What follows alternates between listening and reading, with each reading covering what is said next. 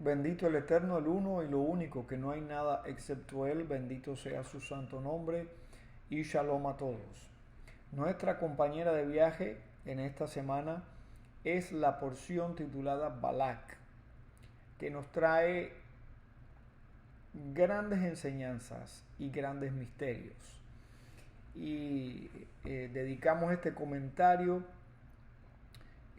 para la redención de nuestro pueblo Israel. El mérito que pueda haber en este comentario, en este breve estudio de esta porción, sea para la redención de Israel, la protección de nuestro pueblo, de nuestros soldados, la liberación de los cautivos y para la bendición de todos los que puedan participar, estudiar, de alguna manera recibir la enseñanza de esta porción. No solo a través de este comentario, sino a través de cualquier vía que esté disponible para ustedes. Esta porción es sumamente interesante y es una porción que tiene contradicciones o aparentes contradicciones. Hay cosas misteriosas en esta porción porque son cosas que nos hablan de un mundo que nos resulta muy abstracto y ajeno. Veamos algunas de ellas en este comentario y también esperando, según sea la voluntad del Creador, que podamos hacer un nuevo comentario sobre esta porción para abarcar otros temas también. Esta porción comienza diciendo dio Balak y de ahí toma a Bayar Balak Ben Zippor. De ahí toma nombre la porción. Ya ahí tenemos la primera cuestión que uno pudiera, que pudiera suscitar dudas, incertidumbre o por lo menos curiosidad. Porque esta porción lleva el nombre de un rasha, un hombre malo. En primer lugar, este nombre Balak viene de un verbo hebreo que significa devastar. Devastar es destruir, significa vaciar, vacío, es como dejar algo vacío. Esa es la esencia de este hombre. Hijo de Zippor no solamente se refiere a que sea hijo de alguien que se llame así, sino también a un tipo de idolatría que practicaba, porque este hombre era un hechicero. Este hombre había sido guerrero, devenido rey de Moab por unas circunstancias especiales en las que Bilam tuvo también que ver y que además era un hechicero que conocía artes mágicas, etcétera. Entonces, ¿por qué la porción lleva su nombre? Y yo creo que esta es la esencia de la porción y esta es la gran enseñanza de la porción, porque el Eterno puede, un asunto que se puede llamar como la ironía de Dios. Cómo Dios se vale a veces de recursos insospechables, cómo Dios se vale a veces de las circunstancias menos probables para actuar y hacer las cosas más impensables, las que están más lejos de nuestra lógica. Así a veces actúa Dios.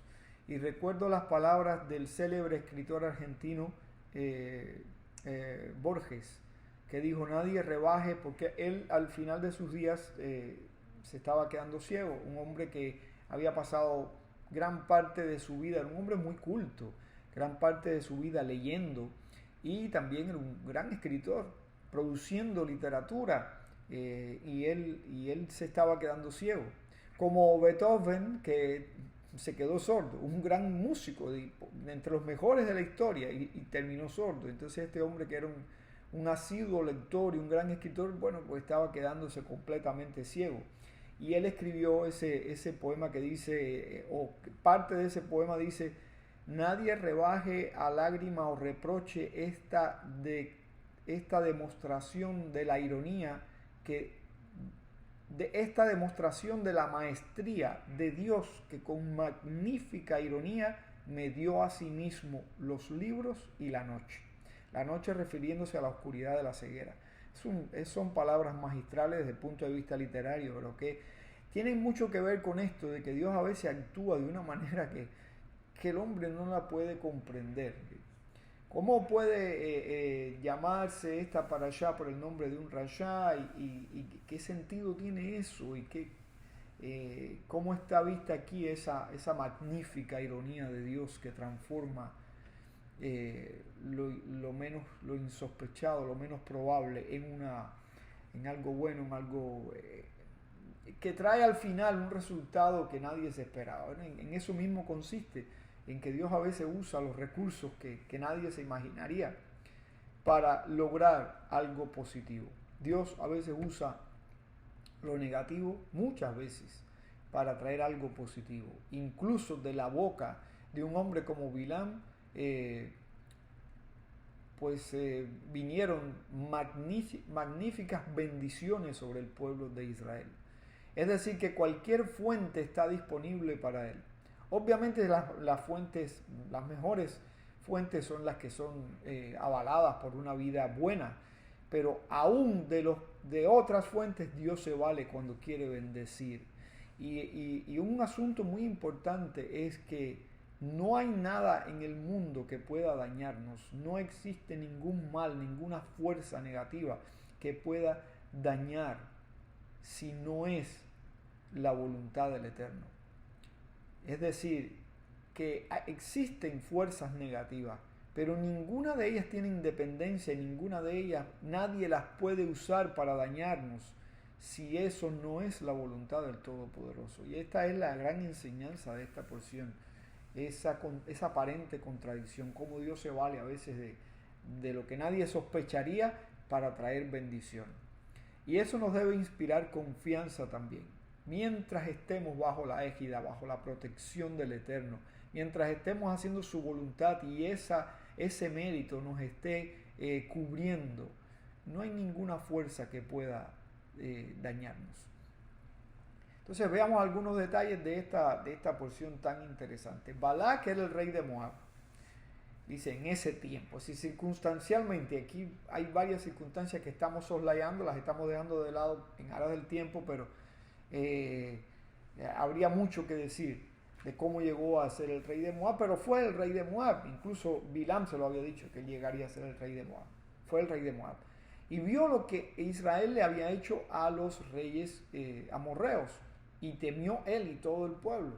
Ese temor estaba hasta cierto punto injustificado, porque ya ellos habían visto que Israel tuvo que dar un recorrido grandísimo para pasar por fuera del territorio de Edom, porque Dios no le permitía a Israel atacar a Edom, y tuvieron que hacer este recorrido tan grande bordeando todo el territorio de Edom. Y ellos sabían, siendo que eran descendientes de Lot, que estaba emparentado con Abraham, estaba emparentado con el pueblo de Israel, que Israel no tenía autorización para atacarlos a ellos. Entonces, de cierta manera, ese temor era injustificado. ¿Por qué temer a Israel si Israel no podría atacarlos a ellos? De hecho, Israel en ese momento ya había atacado al rey de Basham, que estaba mucho más al norte, y no se metió con ellos. Pero la razón es más moral y espiritual que una razón de temor físico. Aunque pudiera haber temor físico también, pudiera haber temor a que, pudieran suscitarse situaciones bélicas. Pero la razón fundamental es que el mal se siente amenazado por el bien. Esta gente temían la cercanía del pueblo de Israel, no porque les pudieran hacer daño físico, sino porque la presencia de Israel, y esto ha sido así a través de todas las edades, incomoda a los que no llevan una vida correcta, a los que no tienen principios, a los que se valen de cosas sucias, de cosas inmorales. Los que llevan este tipo de vida no soportan las personas que llevan una vida digna, que llevan una vida honesta. Es como si a un ladrón no le gusta la cercanía de un hombre justo. A un hombre inmoral no le gusta la cercanía de un hombre que lleva una vida correcta. Se siente incómodo, se siente acusado, tácitamente acusado, sin palabras, pero se siente acusado, incriminado. Porque al mirarse en el espejo de esta otra persona, entonces se siente como que está en el banquillo de los acusados. Siente cuán miserable es su vida. Y ese para mí es el temor que sentía Moab. El temor a estar expuesto ante un pueblo que, a pesar de haber cometido errores y de haberse quejado con Dios, era un pueblo que en sentido general era luz para todas estas naciones.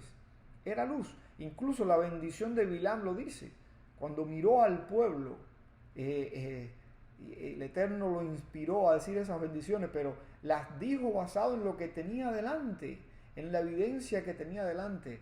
Un pueblo que parecían un rebaño de ovejas, un pueblo en el que Dios no veía pecado. Así dice las bendiciones de Bilam. Y en esto consistía, en esencia, el temor de Moab. Y Balac manda a buscar a Bilam. Y aquí también empiezan a suscitarse eventos que son un poco misteriosos. Pero en primer lugar, ¿quién es Bilam? ¿Quién es este Bilam? ¿Y qué era Bilam? ¿Era un profeta? ¿Era un hechicero? ¿Qué era Bilam? ¿En qué consistía el poder de Bilam? Eso es, de cierta manera, es algo misterioso.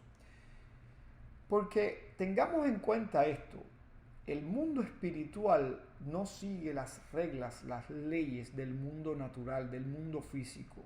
En el mundo físico tenemos las leyes de la termodinámica, las leyes de la gravedad, por ejemplo. Son leyes que rigen en el universo físico. Pero el mundo espiritual, la dimensión espiritual de la creación, no sigue las mismas reglas. Y en este mundo no siempre 2 y 2 son 4. Y de ahí que hay cosas que nos resultan abstractas, inexplicables. Y a veces queremos aplicar la lógica, porque la escritura nos da cierta lógica para la vida, pero esa lógica no siempre funciona en el mundo espiritual.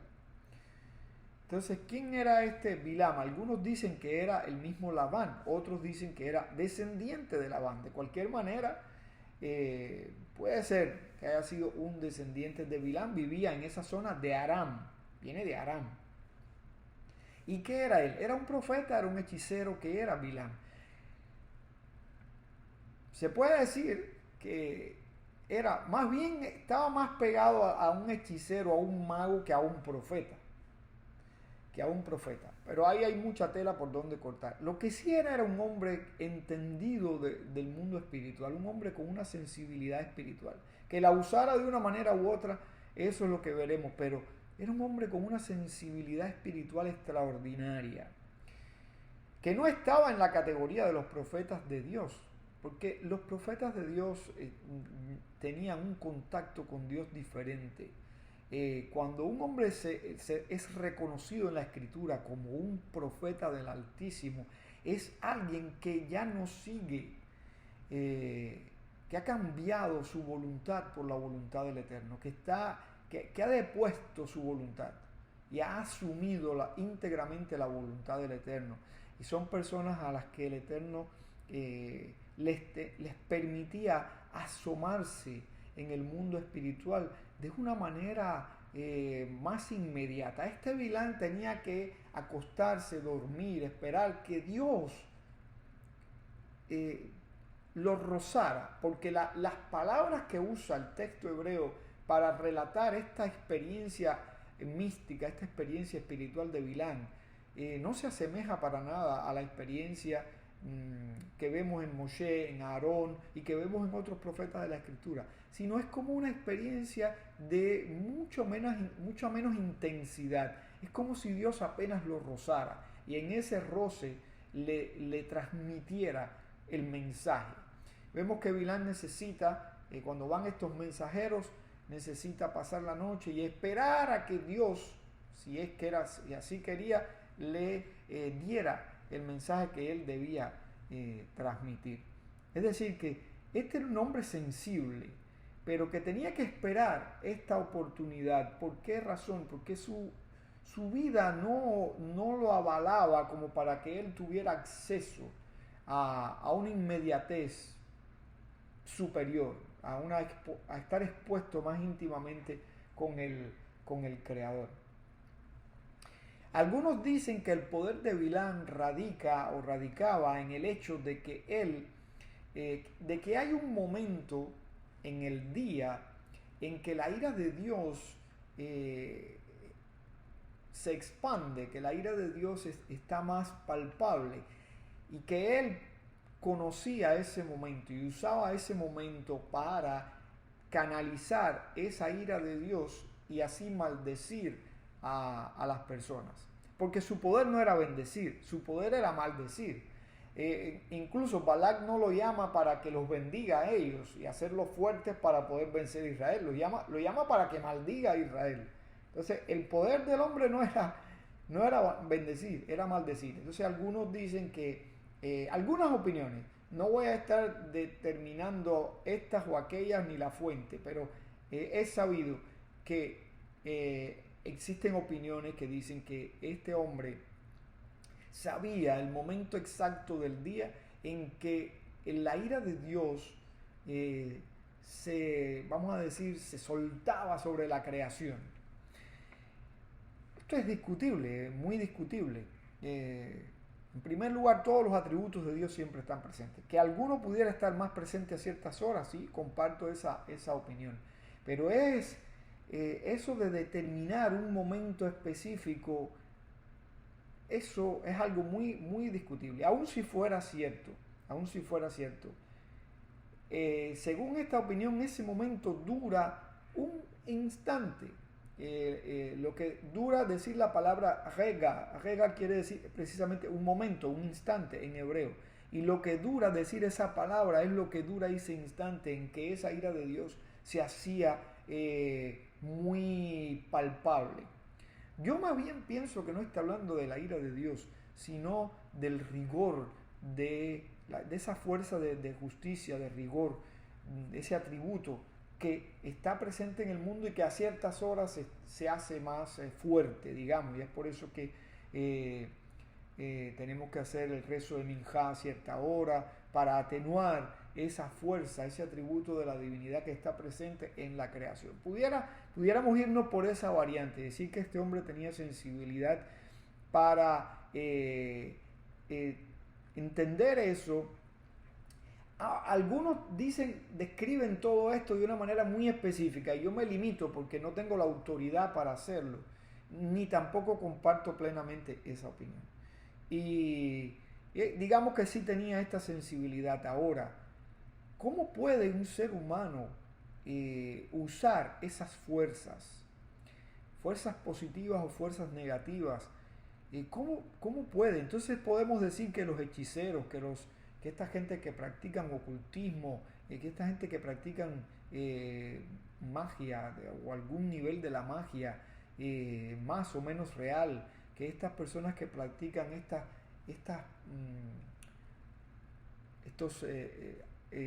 no, yo diría ni siquiera religiones, pero tienen estas prácticas de hechicería, de magia, entonces tienen también el poder de hacer algo como esto. Y es por eso que digo que este mundo espiritual se comporta con reglas diferentes. ¿Puede alguien en verdad manejar esos poderes? ¿Puede de alguna manera canalizar esos poderes para un fin específico? Pudiera ser. Yo creo que Dios sí permite en ciertos casos que esas cosas pasen. Pero para mí la razón es un poco más simple. Y esto lo veo como de un punto de vista más parsimonioso, más simple. Yo creo que en las palabras hay poder. ¿Por qué? Porque toda palabra de alguna manera es el eco de las palabras del Eterno, las palabras con las que fue creado todo.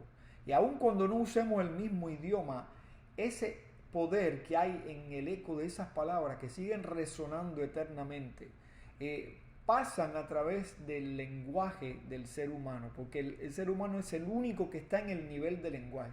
Todos los demás niveles de la creación no tienen lenguaje, solo el ser humano tiene el habla, el don del habla. Y entonces, a través de las palabras sí se puede canalizar energía, por eso es que hay que ser cuidadoso con lo que uno habla. La misma escritura dice, la vida y la muerte están en poder de la lengua. Hay que tener mucho cuidado con la forma en que uno se expresa, porque uno libera energías al expresarse. Y puede ser que en esto consistía la fuerza de este hombre. De hecho, hay una lógica en eso. Los moabitas mandaron a buscar a los ancianos de Midian. ¿Por qué razón? Porque Moshe se había criado, o había estado, no se había criado, perdón, había estado mucho tiempo en Midian.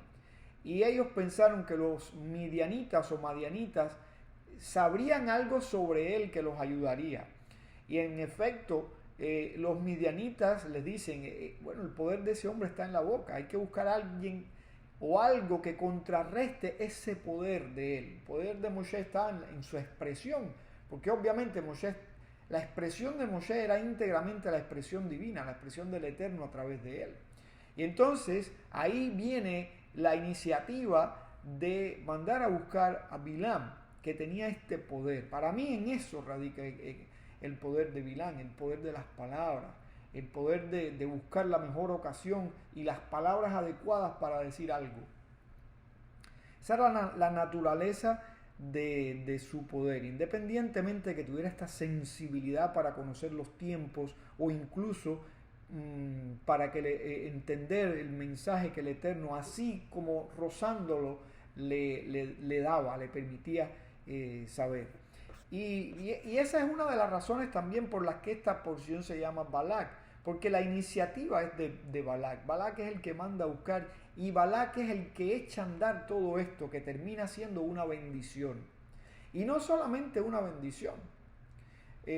Balak es ascendiente directo de Ruth, que está en el linaje del Mesías.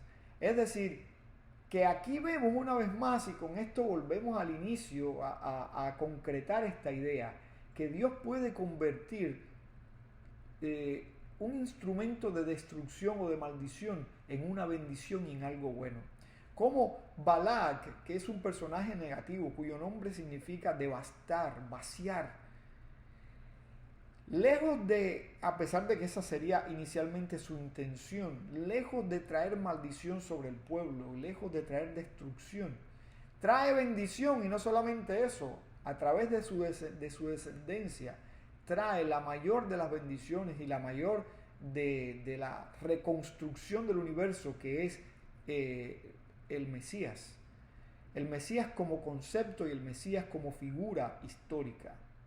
Todo esto viene a través de esta idea aparentemente negativa, donde Dios, poniendo su mano, poniendo su poder absoluto, se vale aún de esto para generar algo bueno, algo positivo. Y este hechicero o profeta que tenía esta capacidad era un hombre con muchas dobleces, era un hombre astuto además, pero era un hombre poseído de mucha avaricia y un hombre que ahora no estoy recordando la palabra adecuada para describirlo, pero tenía mucha sutileza, era manipulador, esa era la palabra, era un manipulador este Bilam. Cuando llegan los emisarios de Balak allí a buscarlo, él busca la manera de quedar bien con las dos partes. Por un lado, con el Dios de quien recibía estos mensajes, y por otro lado, con estos mensajeros que le traían la promesa de una remuneración grande. Bilam tenía eso, era un manipulador, él quería lo mejor de los dos mundos, pero aquí hay que estar bien definido. Y máximo cuando se trata de cosas como esta, que nos definen en la vida. Y este Bilam a los primeros mensajeros le dijo, bueno, Dios no me deja ir con ustedes. Pero en los segundos mensajeros, que Dios lo autoriza, Él no les explica el mensaje divino. Él no les dice, yo voy a ir con la condición de que yo voy a hablar lo que Dios me diga que hable, para que estén conscientes de eso. De cierta manera estos hombres iban engañados, y de ahí que viene la ira de Dios, que manda un malaj que se le atraviesa en el camino. Porque esta es otra cuestión que resulta contradictoria y que la gente no entiende al leerla. ¿Cómo es que si Dios lo autoriza después se molesta con él? Porque dice, la ira del Eterno se encendió y Dios le hizo frente. Y esa es la razón. Bilam quería a toda costa ganar esa remuneración. Incluso en la respuesta que él dice a los primeros mensajeros, aun si Balac me diera su casa llena de oro y de plata, como diciendo exactamente lo que él quisiera recibir, yo no podría decir otra cosa que no sea lo que Dios me diga.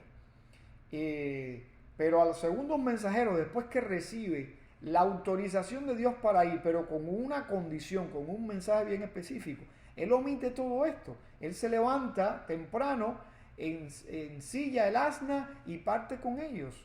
Así como Abraham estuvo tan dispuesto que él mismo ensilló su burro para cumplir la voluntad de Dios con respecto a Isaac, y lo hizo muy temprano y no se valió de ningún sirviente para hacerlo. Así Bilam, con la misma premura, con la misma disposición, él preparó su asna, pero era con el afán de ganar esa riqueza. También vemos que Bilam es una persona a la que se le pregunta muchas veces. Fíjense, Dios le pregunta, ¿quiénes son estos hombres? La burra le pregunta, ¿por qué me has hecho esto? ¿No soy yo acaso tu burra? El malaj le pregunta a Bilam. Es un hombre al que se le pregunta varias veces en esta porción. ¿Y cuál es la razón de preguntarle a un hombre? ¿Cuál es la razón de que Dios, que lo sabe todo, pregunte quiénes son? ¿Acaso Dios no sabía quiénes eran esos mensajeros? La razón por la que Dios pregunta, la razón por la que a veces se nos pregunta, o por la que a veces nos surgen inquietudes en la mente, es para que hagamos un análisis de la situación o de nosotros mismos. ¿Por qué Dios le preguntó a Abraham, ¿dónde estabas? Y Dios sabía dónde estaba Adán. ¿Por qué le preguntó a Caín, ¿dónde está tu hermano? Dios sabía lo que había pasado. Siempre que Dios pregunta es para que tú no le respondas a Él, sino para que te respondas a ti mismo, para que te analices, para que hagas introspección, para que recapacites. Te está dando oportunidad de recapacitar. Y por eso a este hombre se le pregunta tantas veces aquí. Pero aún así, su afán, su avaricia era tan grande que él todo el tiempo manipuló y manipuló, incluso pretendió que él podía manipular a Dios, cosa que es obviamente imposible.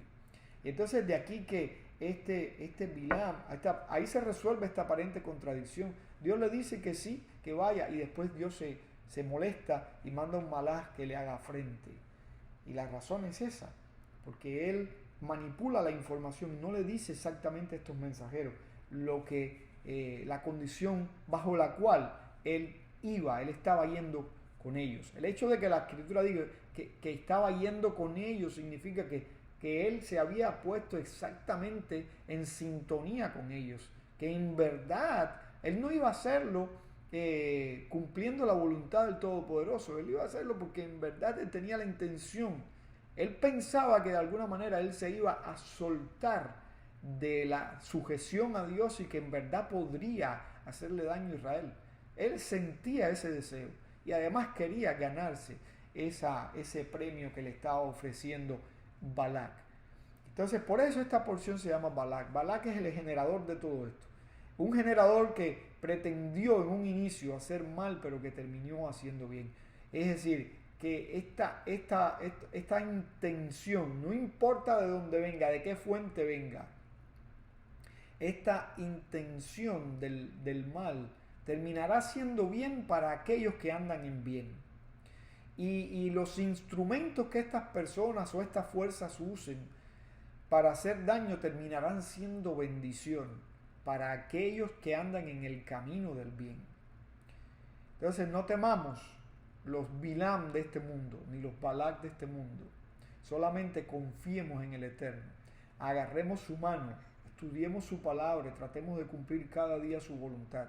Y todas las posibles, todas las fuerzas del mal y toda la maldición que se genere en el mundo no nos va a alcanzar. El Eterno nos va a cubrir. De hecho, Bilam pronunció sobre el pueblo de Israel las bendiciones, si no las más, están entre las más hermosas con que se ha bendecido a nuestro pueblo. A algunos no les gusta usar estas bendiciones porque fueron proferidas por la boca de un rasha, de un malvado. Pero la realidad es que la boca era de un malvado, pero la bendición era de Dios. La fuente es el Eterno. Y eso es una bendición, es algo totalmente bueno. Porque a pesar de que el instrumento utilizado no era el mejor, el contenido sí es exactamente bueno, totalmente bueno, porque proviene del uno y del único. El que nos ampara, el que nos protege, el que nos bendice, el que nos ilumina. Y una vez más, repito, confiemos en Él, caminemos en este mundo haciendo su voluntad y las maldiciones se tornarán en bendiciones. Como dice el profeta Yeshayahu, el páramo, el desierto florecerá. Así será para todos los que anden en el camino del bien. Shalom.